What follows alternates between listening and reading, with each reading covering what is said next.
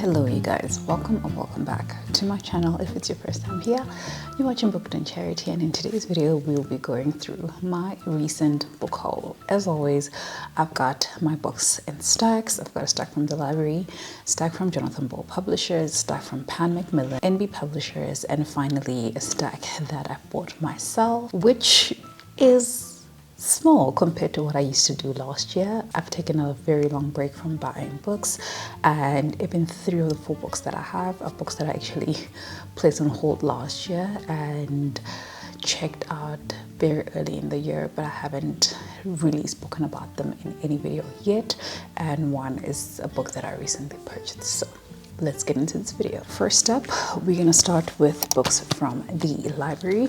I haven't been to a physical library in a while, and I really craved going to the library just for a trip to the library, but I also wanted to pick up books specifically from the library for my April TBR, which happens to be part of the magical readathon TBR. So let's get into the books. The first up, I've got Assassin's Apprentice by Robin Hobb. So this was for the prompt all capital letters, and it is the first book in the Farseer trilogy by Robin Hobb. I've heard really amazing things about this one, and the back of the book reads, a glorious classic fantasy combining the magic of Ursula Le Guin's The Wizard of Earthsea with the epic mastery of Tolkien's The Lord of the Rings. So it says Fitz is a royal bastard cast out into the world with only his magical link with animals for solace and companionship. But when Fitz is adopted into the royal household, he must give up his old ways and learn a new life: weaponry, scribing, courtly manners, and how to kill a man secretly. Meanwhile, raiders ravage the coasts, leaving the people forged and soulless. As Fitz grows towards manhood, he will have to face his first terrifying mission, a task that poses as much risk to himself as it does to his target. For Fitz is a threat to the throne, and he may also be the key to the future of the kingdom. Looking forward to this one. I didn't really realize that it's like a coming of age type story, but yeah, I'm looking forward to picking this one up. Like I said, I've been hearing really good things about Robin Hobb as a whole, and this is going to be my first time picking up a Robin Hobb book. Next up, I've got a book that I've taken out of the library multiple times because it's a book that I really want to read, because I've heard good things about this series as well. And this is Scythe by Neil Shusterman, and at the back it says, thou shalt kill. What if death was the only thing left to control? In a perfect world, the only way to die is to be gleaned by a professional scythe. When Citra and Rowan are chosen to be apprentice scythes, they know they have no option but to learn the art of killing. However, the terrifying responsibility of choosing their victims is just the start. Corruption is the order of the day, and Citra and Rowan need to stick together to fight it. Then they are told that one of them will have to glean the other. It's going to be interesting. I don't know if there is also like a romantic element to this one. I'm not really expecting to have anything like that, but you never know. This is also another one that is part of Magical Readathon TBR, and it was a prompt to read the first sentence from 3 books and choose the one that you want to end up picking. But I mean, the first sentence, the first couple of sentences of this one made me not even want to try any other books. It says, we must, by law, keep a record of the innocents we kill. And as I see it, they are all innocents, even the guilty. So I was like, okay, I'm already intrigued by whatever's happening in here, and this is the book that I'm deciding to pick. Plus, it is a book that I've been wanting to read for a very long time. I think this is my 3rd time taking it out of the library, so I definitely need to make sure that I read it before I have to send it back. The last one from the library is also a book that I've taken out at least once, and the prompt that fit this one was for me to check the time of picking the book, which it was 2 p.m. in the afternoon, so 1400 hours, and I had to find a title with the same number of letters. So that was Clara and the Sun by Kazuo Ishiguro. I have been interested in the story. I have not read anything from this author either, but I like kind of like the speculative fiction / sci-fi elements of the story. And in the back it reads, from her place in the store, Clara, an artificial friend with outstanding observational qualities, watches carefully the behavior of those who come in to browse and of those who pass in the streets outside. She remains hopeful a customer will soon choose her, but when the possibility emerges that her circumstances may change forever, Clara is warned not to invest too much in the promise of humans. In Clara and the Sun, Kazuo Ishiguro looks at our rapidly changing world through the eye of an unforgettable narrator to explore the fundamental question: what does it mean to love? I love books like this that talk about the human behavior, human psyche, and I can't wait to read this book. Next up, I've got books that were sent to me by the people at MacMillan. First up, we've got The Courting of Bristol Keats. This one is by Mary E. Pearson. Really love this cover. I've heard good things about Mary E. Pearson's previous works, and those would be Dance of Thieves and Vow of Thieves. That's the duology that I've heard of. She also has written the Remnants Chronicles, which include The Kiss of Deception, The Heart of Betrayal, The Beauty of Darkness, as well as the Jenna Fox Chronicles, The Adoration of Jenna Fox, The Fox Inheritance, and Fox Forever.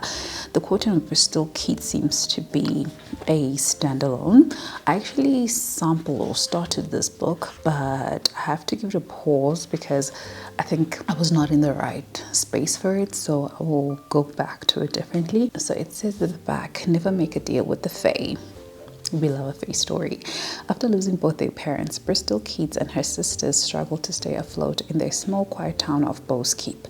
When Bristol begins to receive letters from an aunt she's never heard of who promises to help, she discovers that everything she thought she knew about her family is a lie.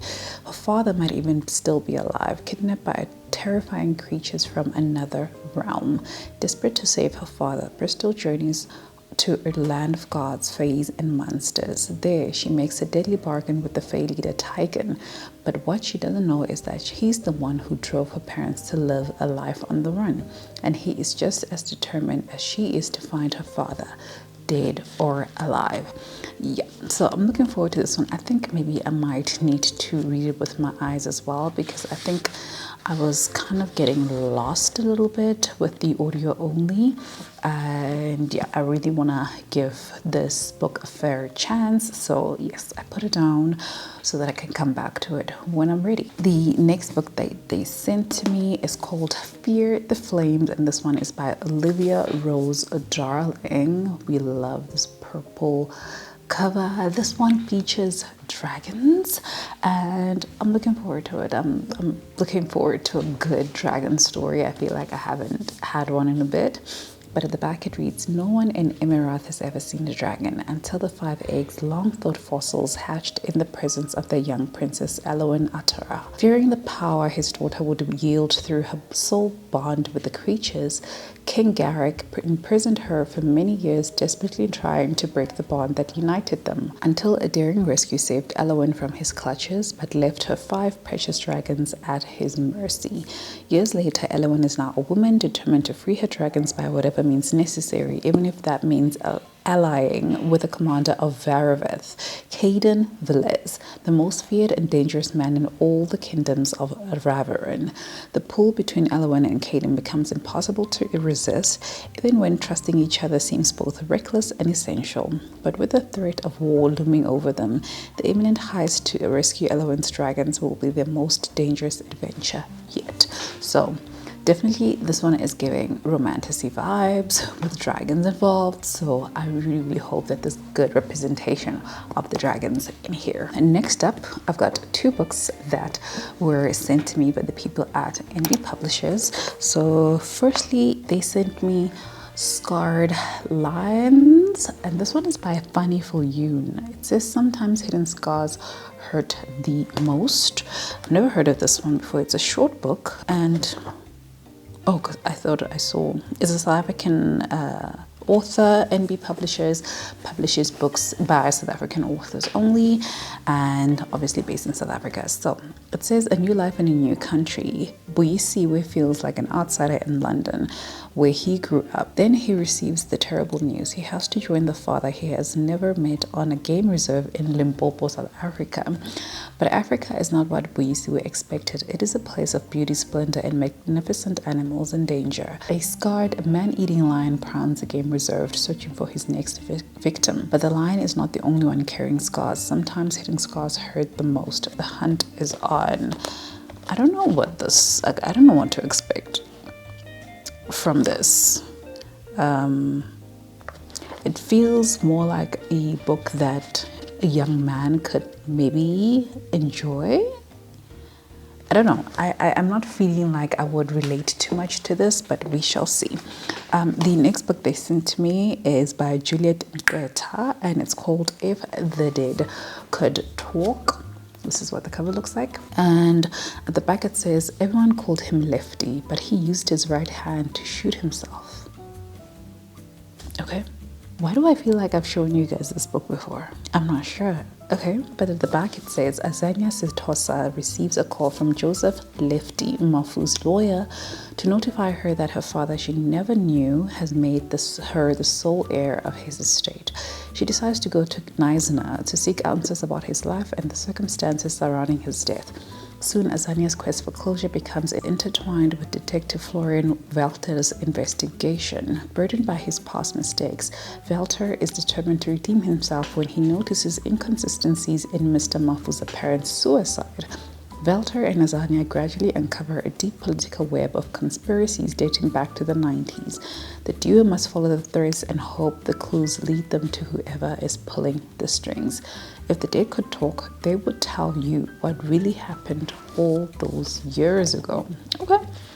This one is giving like thriller vibes, so we shall see. But I like the tagline. Tagline is quite intriguing. All right, next up I've got books that I got from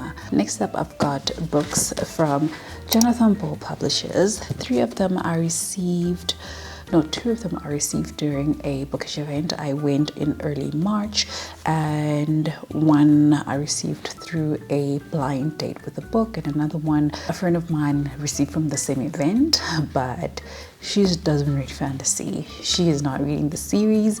I am, and she graciously gifted it to me. So this is what we got. First up, I've got a thriller. If this lighting would do the things for us. There we go. Okay, so this one is called A Serial Killer's Guide to Marriage, and it's by Asia McKay, and in the front it reads, a couple that kills together stays together. So when I saw this really intrigued me. Okay, and they referenced Mr. and Mrs. Smith, which is one of my all-time favorite movies. I've watched multiple times, and so I was intrigued. Okay, so at the back it reads, Hazel and Fox are an ordinary married couple with a baby, except for one small thing. They are ex-serial killers. They had it all: an enviable London lifestyle, 5-star travels, and plenty of bad men to kill. Not many power couples know how to get away with murder. Then Hazel fell pregnant, and they gave it all up for a quiet life in the suburbs, dinner parties instead of body disposal. But recently, Hazel has started to feel the itch again. When she kills someone behind Fox's back and brings the police to their door, she must do anything she can to protect her family. So looking forward to reading this one. I've been in my thriller mood for a long time. I feel like thrillers have become almost like a palate cleanser between fantasy and sci-fi books that I read. So I constantly have a thriller book going in a month. So yeah, looking forward to that one. The next one I've got here, at first I thought it was like a historical book, but it seems kind of like sci-fi fantasy, and it's called The Great Win.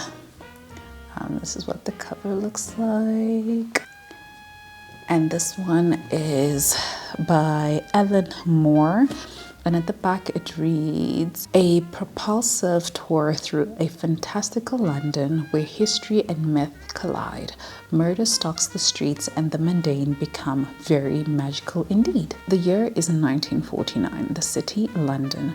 Amidst the smog of the capital is Dennis Knuckleyard, a hapless 18-year-old employed by a second-hand bookshop. We love a story that takes place in a bookshop. One day, on an errand to acquire books for sale, Dennis discovers a novel that simply does not exist. It is a fictitious book, a figment of another novel, yet it is physically there in his hands. How? Dennis has stumbled on a book from the Great Win, a magical version of London beyond time and space, where reality blurs with fiction, and concepts such as crime and poetry are incarnated as wondrous, terrible beings.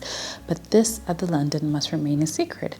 If Dennis cannot find a way to return this book to where it belongs, he risks bizarre and disastrous repercussions, such as his body being turned inside out or worse. So begins a journey delving deep into the city's occult underbelly and tarrying with eccentric cast of sorcerers, gangsters, and murderers, some from legend, some all too real, and each with plans of their own. Soon Dennis finds himself at the center of an explosive series of events that may alter and endanger both Londons forever. So looking forward to this one. Like, the cover was confusing to me, but as I read the story, I was like, okay, this actually sounds really, really interesting, and I'm looking forward to it. The next book I have is a third book in a series, so I'm not going to read the synopsis, but I feel like a lot of you guys know what this book is about already. And this one is Onyx Storm by Rebecca Yarrow. So this is the book that my friend gifted to me because she's not reading the series. She's not a fantasy reader, so I was like, please.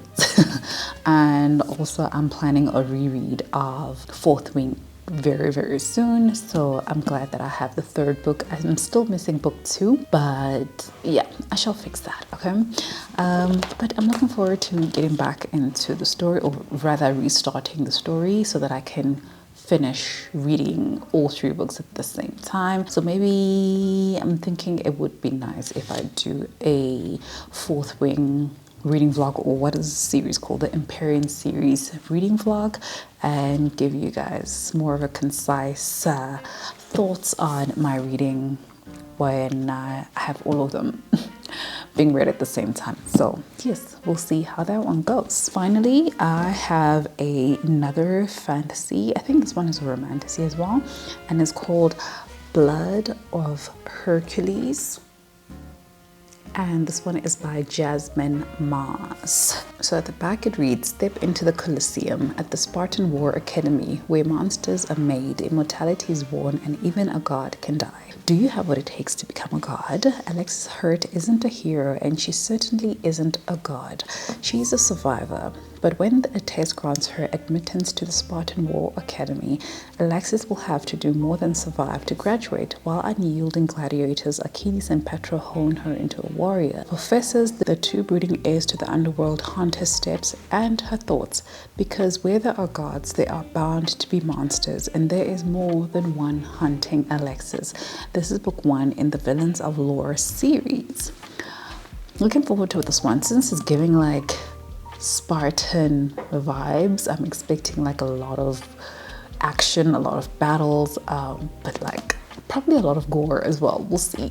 But looking forward to reading this one. All right, that is all for the books from the people at Jonathan Publishers. So the final stack I have is books that I bought myself.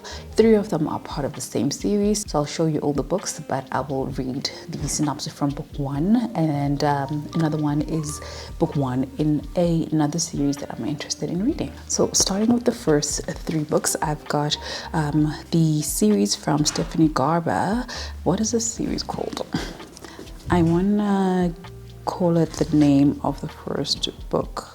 There, she doesn't say what it's called, but I think the series is called Once Upon a Broken Heart by Stephanie Garber. So this is book 1. Book 2 is called The Ballad of Never After, and book 3 is called A Curse for True love. So reading the synopsis from book 1, the back of it says, for as long as she can remember, Evangeline Fox has believed in happily ever after until she learns that the love of her life is about to marry another and her dreams are shattered. Desperate to stop the wedding and heal her wounded heart, Evangeline strikes a deal with the charismatic but wicked Prince of Hearts. In exchange for his help, he asks for 3 kisses to be given at the time and place of his choosing. But after Evangeline's first promised kiss, she learns that bargaining with an immortal is a dangerous game, and that the Prince of Hearts wants far more from her than she pledged. He has plans for Evangeline, plans that will either end in the greatest happily ever after or the most exquisite tragedy. Cassandra Clare, Carrie Maniscalco, and Karen M. McManus have all blurbed this book, and I've heard really amazing things about Stephanie Garber's writing. It's very purple prosy apparently, and I just can't wait to get into this series. I think that because I've got all 3 books at my disposal, this is also going to be another one that will be great to put into a reading vlog and just reading the whole series to completion. So looking forward to doing that. The final book for this book haul is a book that I recently picked up, and it is a book that I've had on my mind for a very, very long time. I found this at a secondhand bookshop, and they had book 2, but I was just like, okay, I was not here to spend so much money, so I will go back for book 2, or I'll get it whenever. But this one is called The Unbroken, and this is a book by C.L. Clarke. Look at this cover. This cover is just giving all the things that I needed to give, okay? It is giving all the things I needed to give. At the back it says, an unmissable epic fantasy debut of uprising, espionage, and empire. Does that not sound like Red Rising? I feel like that is giving Red Rising vibes, okay? It says Touraine is a soldier. Stolen as a child and raised to kill and die for the Empire, she owes loyalty only to her fellow conscripts. But now she has been sent back to her homeland to stop a rebellion, and the ties of blood may be stronger than she thought. Luca needs a turncoat, someone who can sway the rebels towards peace, while Luca focuses on what really matters, winning back her throne. Through assassinations and massacres in bedrooms and war rooms, Touraine and Luca will haggle over the price of a nation. But some things aren't for sale. I believe that this book also includes sapphic romance, so I'm looking forward to this one. It's definitely giving epic. In the front it says, every empire demands revolution. I love these kind of stories, and yeah, I'm really looking forward to reading this from C.L. Clarke. Also another one that I've heard good things about, so I'm very happy that I have this copy on hand. All right, and that is all the books that I want to show you guys today. Let me know down below which books you've recently hauled. Do you find interest in any of the books I've shown you today? Let me know if you enjoyed any of these books recently or in the past. And yeah, thank you for watching. If you guys like this video, remember to give it a thumbs up, subscribe to my channel if you haven't done so already, and if you made it this far in this video, leave me a book stack emoji, and I will see you guys in my next one. Bye.